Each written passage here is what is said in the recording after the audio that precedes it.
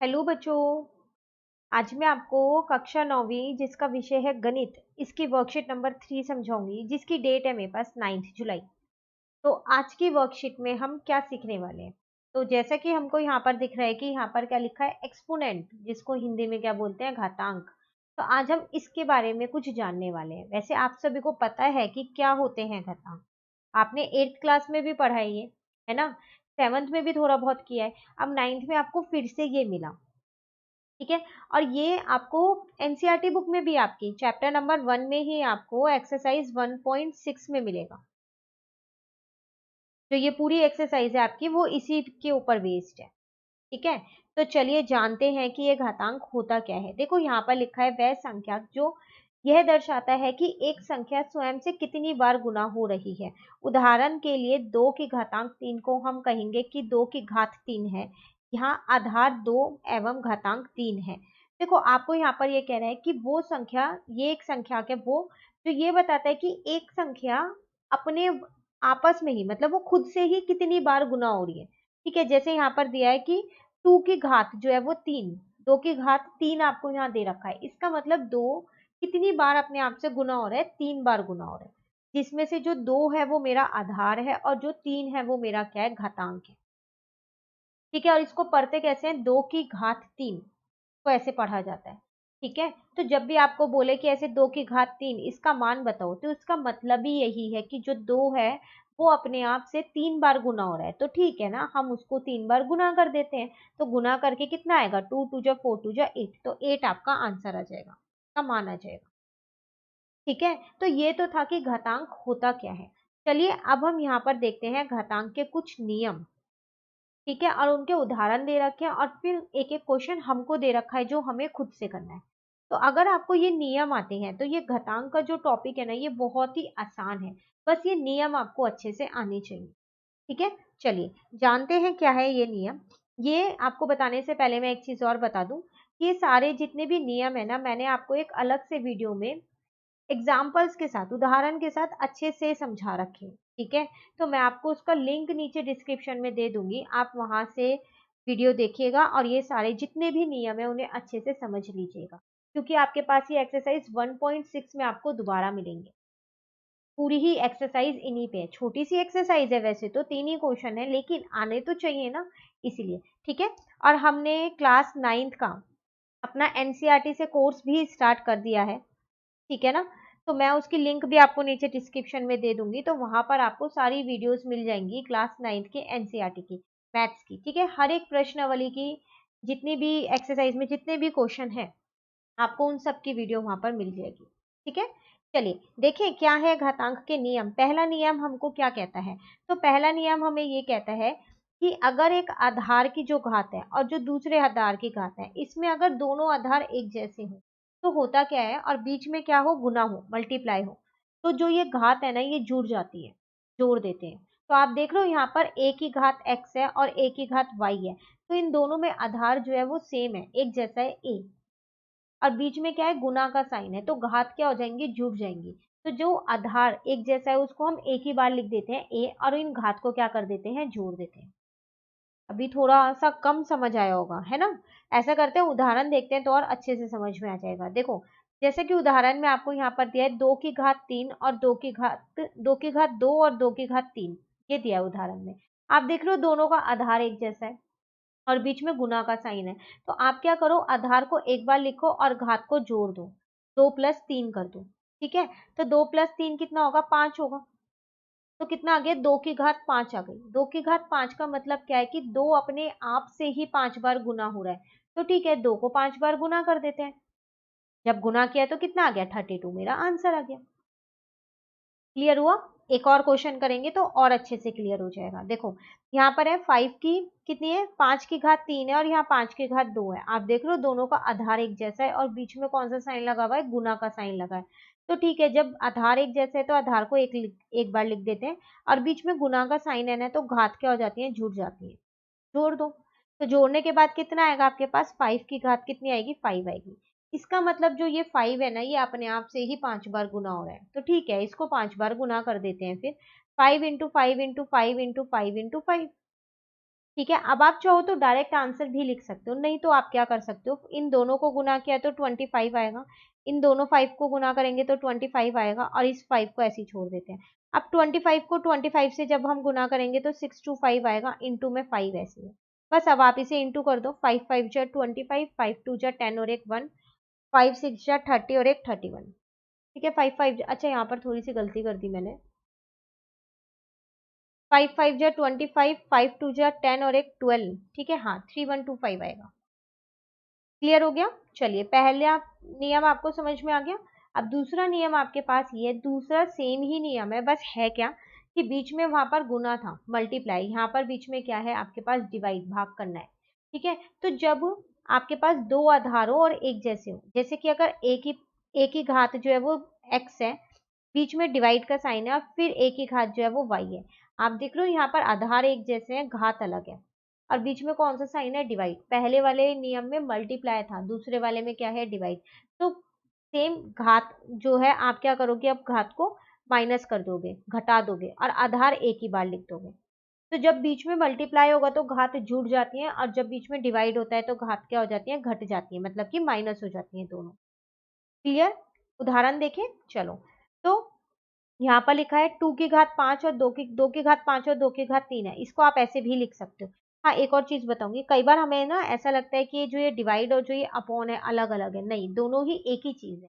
आप इस डिवाइड को ऐसे अपॉन में भी लिख सकते हो। ठीक है ना। अब देखो, 2 की घात 5 है और यहाँ पर है 2 की घात 3, दोनों के आधार एक जैसे हैं और बीच में डिवाइड है, तो घात क्या हो जाएंगी, माइनस हो जाएंगी। तो 2 की घात 2 आ गया, 2 की घात 2 का मतलब है कि 2 अपने आप से 2 बार मल्टीप्लाई हो रहा है, तो कर दो उसे 2 बार मल्टीप्लाई, आंसर आ जाएगा आपका। ठीक है। चलिए, अब एक जो क्वेश्चन हमें करना है उसको देख लेते हैं फिर हम यहाँ पर। तो 23, इसकी घात है 3 और यहाँ है 23 की घात 2। तो आप देखो दोनों के आधार एक जैसे हैं, तो आधार को तो एक ही बार लिख लेते हैं। ठीक है ना, और क्या करते हैं, यहाँ पर जो घात है उनको क्या करते हैं, घटा देते हैं। तो 3 माइनस 2, तो कितना आ जाएगा, 23 की घात कितनी आ जाएगी, एक। तो एक का मतलब क्या है, 23 एक ही बार अपने आप से मल्टीप्लाई हो रहा है, तो वही तो आंसर होगा, तो फिर सीधा यही आंसर लिख दो ना, 23। ठीक है। चलिए, अगला नियम समझते हैं। तो यहाँ पर है, ए की जो घात है वो है x, फिर उस पूरे पे भी एक और घात लगी हुई है y, इसको बोलते हैं घात के ऊपर घात। और जब भी घात के ऊपर घात होता है ना, तो क्या होता है, मल्टीप्लाई होता है, हमेशा याद रखना, घात के ऊपर घात जो है वो मल्टीप्लाई होता है। तो इसका मतलब जो ये a की घात x है और इसकी घात y है, तो मैं ये लिख सकती हूँ x इंटू वाई, रहेगा ये घात ही पर इंटू हो जाएगा, तो x इंटू वाई क्या हो जाएगा, एक्स वाई हो जाएगा। ठीक है, तो ये तीसरा नियम है घातांक का। चलिए उदाहरण देखते हैं। तो देखो यहाँ लिखा है 2, इसकी घात है 2, फिर इस पूरे की घात है 3। तो घात के ऊपर घात है तो क्या हो जाएगा, इंटू हो जाएगा, तो हम इंटू कर देते हैं। तो 2 3 जा कितना होता है, 6, तो 2 की घात कितनी आ गई, 6। इसका मतलब 2 जो है वो अपने आप से ही 6 बार मल्टीप्लाई हो रहा है। तो 1 2 3 4 5 6। ठीक है, तो 2 2 जा 4, 4 2 जा 8, 8 2 जा 16, 16 2 जा 32, 32 2 जा 64, तो 64 आपका यहाँ पर आंसर आ गया। क्लियर। चलिए, अब जो हमें करना है क्वेश्चन वो भी देख लेते हैं। तो 5, यहाँ पर 5 की घात कितनी है, 2, फिर उस पूरे की घात दे रखी है 3। तो घात के ऊपर घात है, तो हम क्या करेंगे, यहाँ पर मल्टीप्लाई करेंगे, तो इसका मतलब 5 और यहाँ आ जाएगा 2 इंटू 3। तो ये आपके पास आ जाएगा 5 की घात 6, क्योंकि 2 3 जा तो 6 होता है, तो इसको 6 टाइम लिखेंगे, 1 2 3 4 5 6। अब फिर वही इन दोनों को मल्टीप्लाई करेंगे तो 25 आएगा, इन दोनों 5 को मल्टीप्लाई करेंगे 25, और इन दोनों 5 को मल्टीप्लाई करेंगे 25। 25 इंटू 25 625 होता है, इंटू में 25। ठीक है, अब इसे इंटू करके लिख देते हैं। तो मैं यहाँ पर डायरेक्ट इंटू करके लिख देती हूँ कि कितना आ रहा है, वो आ रहा है आपके पास 15625। इंटू करके आप इंटू करके देखिएगा, यही आ रहा होगा। क्लियर। चलिए, अगला नियम है। अब यहाँ पर थोड़ा सा अलग है, अभी तक हमने देखा कि आधार एक जैसे थे और घात अलग थे। अब जो दो नियम रह गए ना, उसमें क्या होगा, आधार अलग अलग होंगे और घात एक जैसी होगी।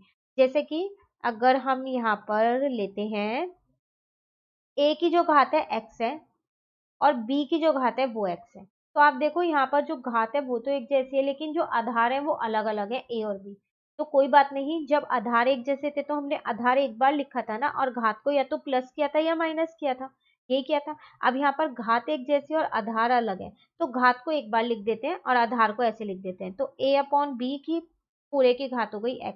अभी मैंने आपको बताया था कि ये डिवाइड और अपॉन एक ही चीज है, ठीक है ना। तो इस x का मतलब आपको पता है क्या है, कि जो ये x घात है ना, ये a के ऊपर भी और ये b के ऊपर भी है, हर पे भी और अंश में भी है, दोनों पे है ये।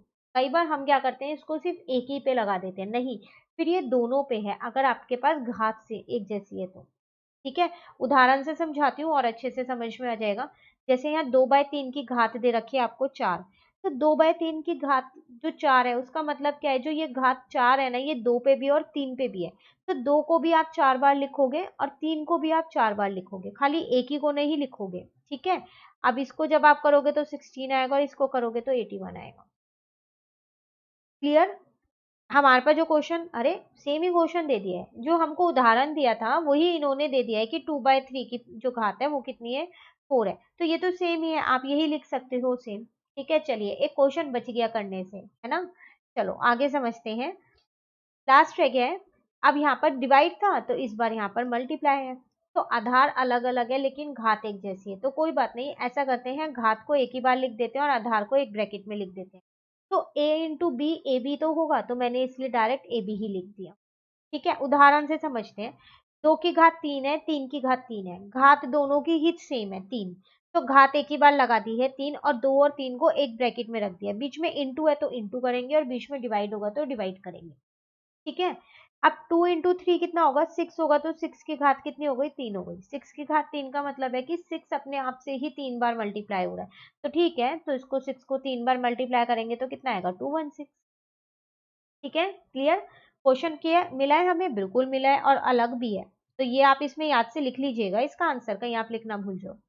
ठीक है, कॉपी में करने हैं आपको ये सारे, जो खुद करने वाले हैं ना वो कॉपी में करने हैं, अगर आप नियम भी लिख लोगे कॉपी में तो ज्यादा अच्छा है, आपको याद हो जाएंगे। ठीक है, अब यहाँ पर है देखो, 3 की घात कितनी है, 7, और यहाँ 2 की घात कितनी है, 7, तो घात तो एक जैसी है, ऐसा करते हैं कि घात को एक बार लिखते हैं और आधार को एक ब्रैकेट में लिख देते हैं। ठीक है, तो 3 2 जा कितना हो जाएगा, 6, और 6 की घात कितनी हो जाएगी यहाँ पर, 7, तो 6 into 6 into 6 into 6 into 6 into 6 7 times ही तो लिखेंगे, 7 बार लिख दिया।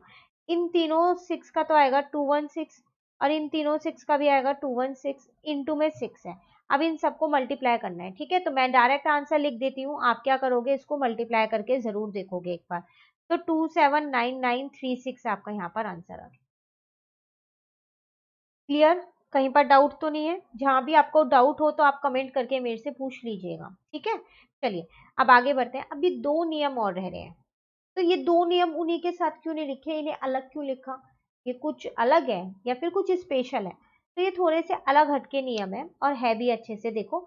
जैसे कि यहाँ पर ना a की जो घात है वो 0 लिखी है, तो आप एक चीज याद रखना, जब भी किसी की भी घात 0 होती है ना, तो उस पूरे का ही मान 1 हो जाता है, पूरे का। मैं सिर्फ उस वो नहीं कह रही कि जो उसका आधार है वो 1 हो जाता है, नहीं, उस पूरे का ही मान 1 हो जाता है। तो देखो जैसे कि यहाँ पर 5 की जो घात है वो 0 है, तो इस पूरे का मान कितना हो जाएगा, 1 हो जाएगा। अगर कोई और उदाहरण आपको दूं, जैसे 14 की घात ले लो 2, और 12 की घात ले लो 3, और इस पूरे की घात ले लो 0, तो आप देखो इस पूरे की घात 0 है, तो इस पूरे का मान 1 हो जाएगा। अंदर भी हल करने की कोई जरूरत नहीं है, आप सीधा 1 लिख सकते हो। तो एक और ये नियम था हमारे पास किसका, घातांक का। ठीक है, अभी एक और है।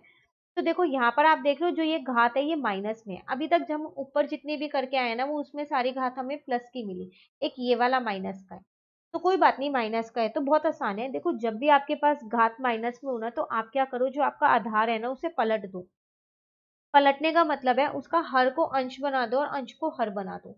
अब आप सोच रहे होंगे यहाँ पर तो हर ही नहीं है, तो कैसे बनाए हर को अंश और अंश को हर, तो पहले आप हर खुद से बना लो, तो बन गया हर। ए को मैं a/1 लिख सकती हूँ ना। ठीक है, अब इसे पलट दो, तो क्या हो जाएगा, 1/a, और घात जो है वो प्लस हो जाएगी। तो जब भी आपको घात माइनस में दे रखी हो ना, तो जो उसका आधार है ना, आप उसको पलट दो, घात अपने आप ही प्लस में हो जाएगी। ठीक है, क्लियर हो गया, ये आपको वही उदाहरण दे रखे हैं यहाँ पर। तो 2 की घात -3 था, जब पलटा तो 2 को पलटोगे तो 1/2 हो जाएगा और घात हो जाएगी 3।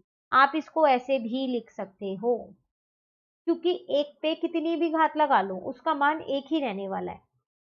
ठीक है, इसके कुछ क्वेश्चंस हैं, उससे समझते हैं। यहाँ पर देखो ये दे रखे हैं क्वेश्चंस। चलिए यहाँ पर करते हैं। तो पहले वाला तो मुझे देखने में ही पता चल रहा है कि ये बहुत ही आसान है, और जो कि अभी अभी हम करके आए हैं।